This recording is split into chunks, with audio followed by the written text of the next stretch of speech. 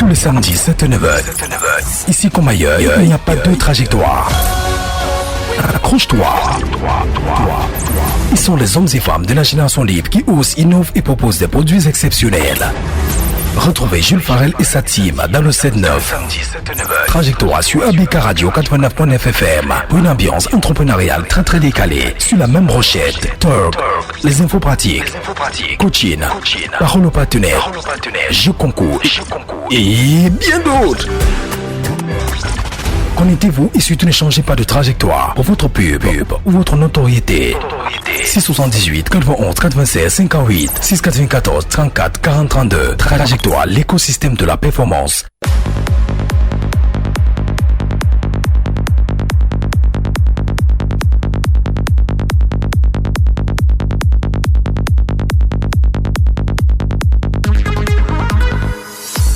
Rebonjour à tous les auditeurs calés sur les antennes d'ABK Radio. C'est toujours un plaisir de savoir que vous êtes connectés sur le réseau ABK. Tous les samedis matins, nous vous présentons ces hommes et femmes qui ne cessent de se réinventer pour créer l'histoire économique et sociale du Cameroun puis du continent. Chaque génération doit, dans une relative opacité, découvrir sa mission, la remplir ou la trahir. Tels sont les propos de Fanfagnon. Et ce matin, nous recevons sur les antennes de votre radio, de notre radio et dans l'émission Trajectoire, Monsieur Patrice Assiga. Il est le chef projet du Salon de l'Action Gouvernementale, le SAGO. Monsieur Patrice Assiga, bonjour. Bonjour Jules Farel. Bonjour également à tous ceux qui nous écoutent. Merci de me recevoir. C'est un plaisir pour nous de vous recevoir sur les antennes de cette radio. Je pense que peut-être c'est la première fois de venir à la maison. Tout à fait. Alors, on parle ce matin du SAGO, Salon de l'Action Gouvernementale, qui a tenu sa 12e édition en 2023. De prime abord, on aimerait savoir, le SAGO, pourquoi et pour qui? Le SAGO pour tout le monde parce qu'il concerne ou implique toutes les parties prenantes de la société, notamment les gouvernants d'un côté et les gouvernés de l'autre côté. Le SAGO parce qu'il est important qu'on puisse avoir une plateforme de médiation entre ces deux parties prenantes ou alors entre toutes les parties prenantes de la société.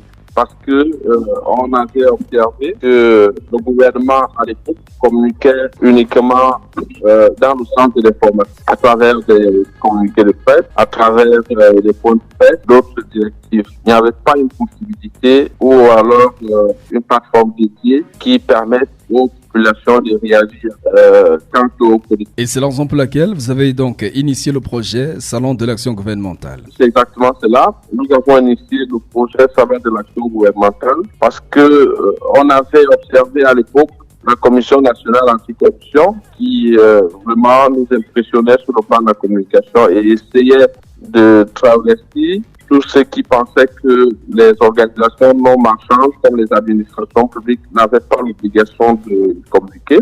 C'était mal comprendre les objectifs ou alors les acteurs de la communication parce que l'État a l'obligation de communiquer. Elle rentre d'ailleurs dans le cadre de ses missions régaliennes, c'est-à-dire l'information et la formation des citoyens. Mettre un SAGO en place permettrait donc aussi de donner la possibilité aux populations, comme je l'ai dit, de réagir sur les politiques publiques afin que les pouvoirs publics puissent les réadapter aux besoins ou alors aux aspirations des populations. Alors, la 12e édition du Salon de l'Action Gouvernementale s'est tenue en 2023. Comment s'est déroulé l'événement? Eh bien, l'événement s'est tenu. C'était un pari tenu pour nous. Nous avons envisagé plus d'une quinzaine de conférences. Toutes les conférences se sont tenues. Nous avons mobilisé pour la première fois un peu plus de 200 exposants. De nombreuses rencontres ont eu lieu.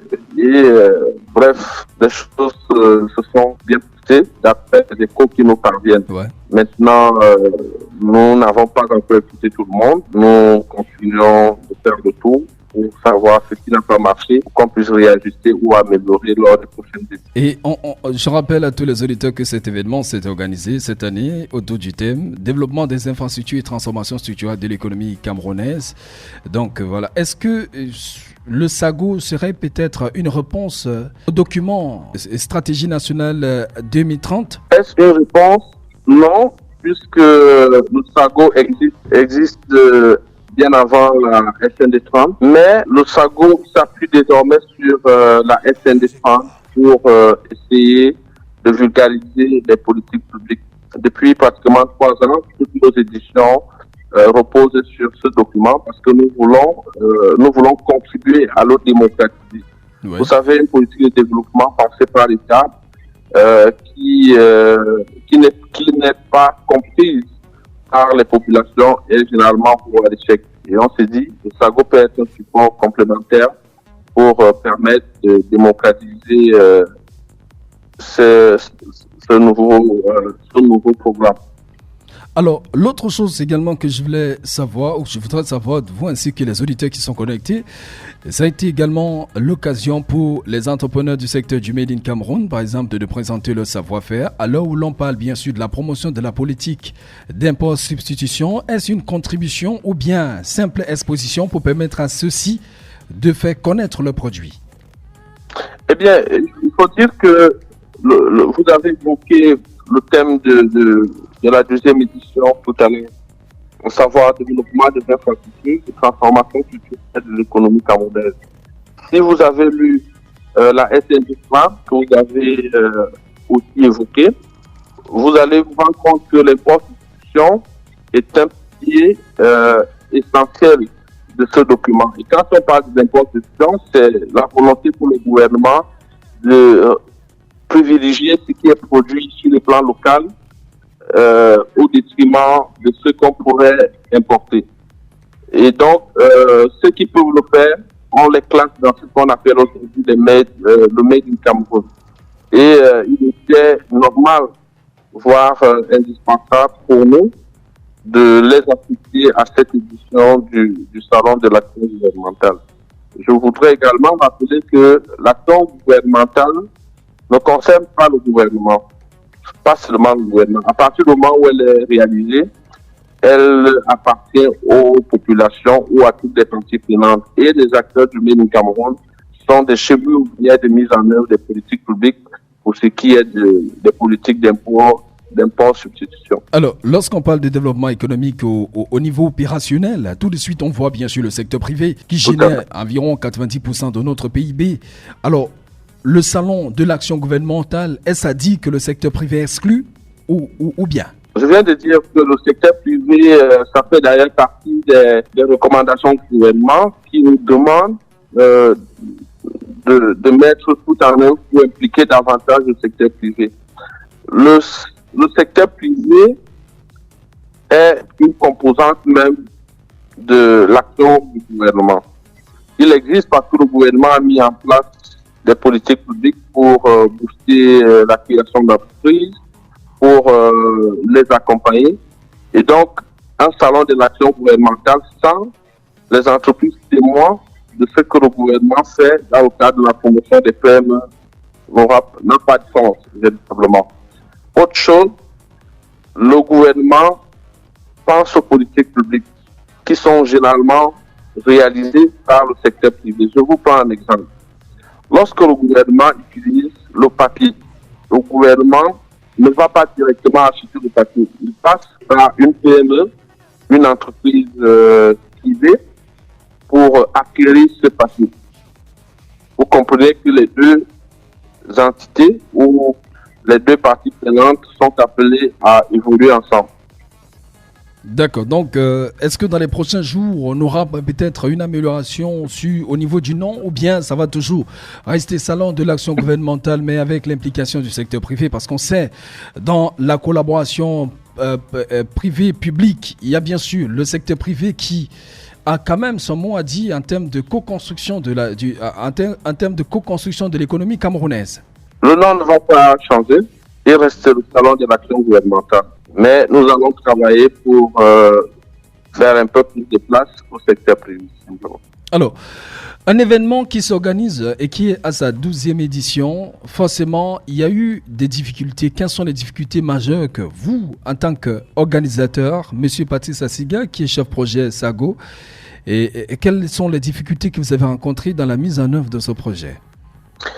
Disons que nous n'aimons pas parler de difficultés dans la réalisation de nos différents projets.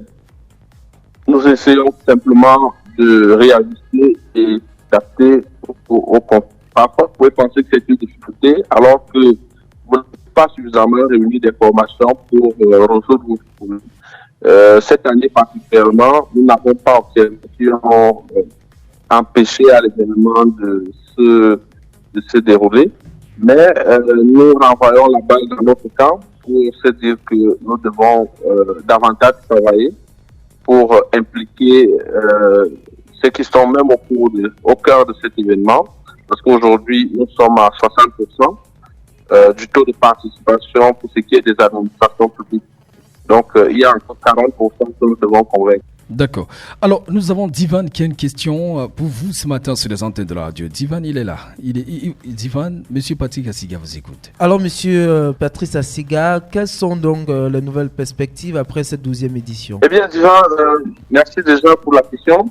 Mais je voudrais dire qu'à l'heure, nous avons terminé le SAGO il y a cela 2 semaines. Nous ne pouvons pas encore parler de perspectives. L'heure au bilan, au rapport. Et c'est le gouvernement qui nous donne la feuille de route. Vous savez, depuis pratiquement 4 ans, nous avons officiellement un mandat du gouvernement pour la promotion de ces activités. Ouais. Et chaque année, nous avons un cahier de charges, nous avons des orientations. Donc, nous pouvons, pour le moment, nous restons concentrés sur le rapport et le bilan, et l'évaluation de l'événement, je voudrais dire.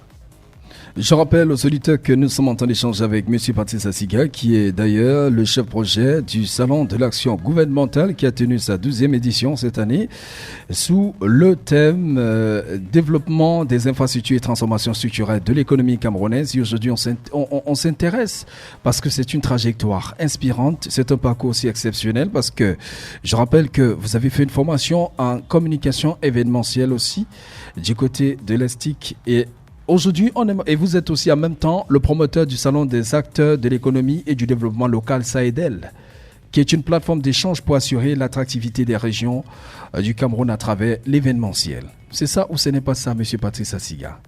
C'est exact. C'est la communication événementielle et publicitaire. Je l'ai étudié à l'Université de Douala. J'étais d'ailleurs de la toute première promotion de cette filière, le cycle master. Et à l'ESTIC, je suis comme étudiant-chercheur en ce moment en sciences et en SIC, en sciences de l'information et de la communication. D'accord. Le SAEDEL, c'est un deuxième projet qui est plus axé sur l'attractivité des territoires. Ouais. Alors, j'aimerais savoir, que vous inspire cette déclaration du ministre de la Communication qui était le représentant du Premier ministre lors du lancement de la 12e édition du SAGO. Le SAGO est devenu une véritable institution dans l'environnement événementiel national et favorise une gouvernance participative sans cesse améliorée. Que vous inspire cette phrase? Eh bien, je pense que c'est peut-être la reconnaissance du travail que nous avons abattu et le ministre estime que nous remplissons convenablement notre cahier de charge et afin peut-être aussi ceux qui hésitent encore à rejoindre le mouvement. Parce que l'ambition que nous affichons clairement aujourd'hui est de contribuer à bâtir ce qu'on peut encore appeler une administration communicante. D'accord. Alors, il y a Molière qui est également là, qui a une question pour vous. Molière. Bonjour, Monsieur Patrice Assiga. Bonjour, Molière. Oui, vous avez dit pour les prochaines éditions, vous allez vous intéresser au secteur privé et au reste des 40%.